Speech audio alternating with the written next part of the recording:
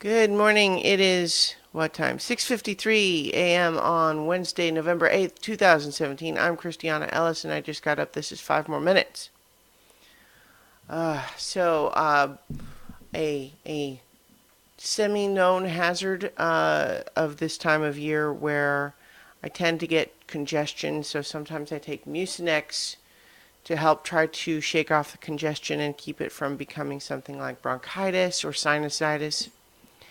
And it works for the most part, and I like it because Mucinex doesn't give me the same head fog symptoms that most other cold medicine does. Most cold medicine makes me feel worse for that reason, and so I usually just won't take it. But then sometimes the congestion gets too much. So I do the Mucinex, but one of the side effects for Mucinex that I seem to have to relearn every year is that it kind of messes up my stomach a little bit. And I am currently realized that I am without my probiotic gummies that I often use to counteract such things. So yeah, I felt a little ooky yesterday, still a little bit today, but I kind of remembered, oh yeah, that's probably why. So it's not something I need to be more worried about. Instead, I'm worried again about my iPod Classic, this is a new one that was just replaced not too long ago, and it's working great, except that now when I connect it to the cable for it to sync to the computer, it acts like nothing has happened. Um, it it will charge if it's plugged into like a wall charger, but when it's connected through USB, it just like doesn't even realize it's there. It doesn't even act like it's charging. Same cable, so I don't know what's happening and I'm annoyed. I tried rebooting it. I tried diagnostic mode and it says it detects the cable, so I don't know what the problem is. It's irritating.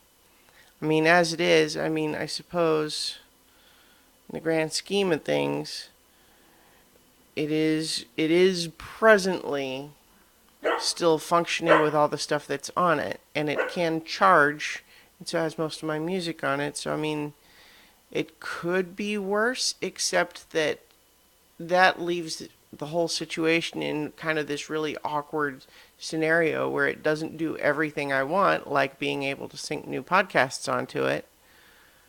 But it works just enough that maybe I don't replace it right away. Uh, And I just went through this not too long ago with buying a new one of these iPod Classics with all the risks that that entails, meaning mechanical moving parts inside, because I wasn't ready to change my listening habits enough to go to like an iPod Touch or something like that. And I maintain that I do not want to have all that stuff on my phone, not least because I don't want to have to be streaming because it doesn't hold everything I want it to hold. But also just because I like the design of the iPod Classic, and it kind of this is back when I went through this whole irritation of it. Really kind of makes me angry that this is a market niche that Apple and all of the other device manufacturers. I mean, the thing is, probably I am in a vast minority. If enough people wanted a device like this, they would still sell it. So the fact that they don't probably means that not enough people bought them for it to be worthwhile.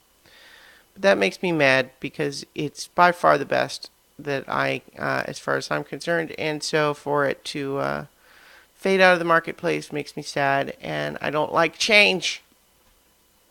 On that note, it has been brought to my attention that the service I use to manage my RSS feeds for my various podcasts probably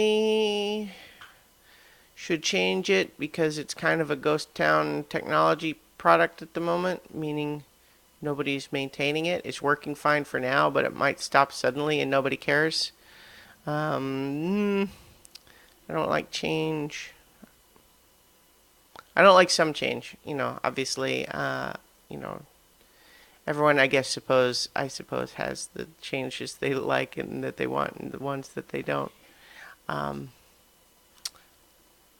yeah. So anyway, I have to figure out a new way of doing some of these technology things, and now I'm a little bit grumpy about it.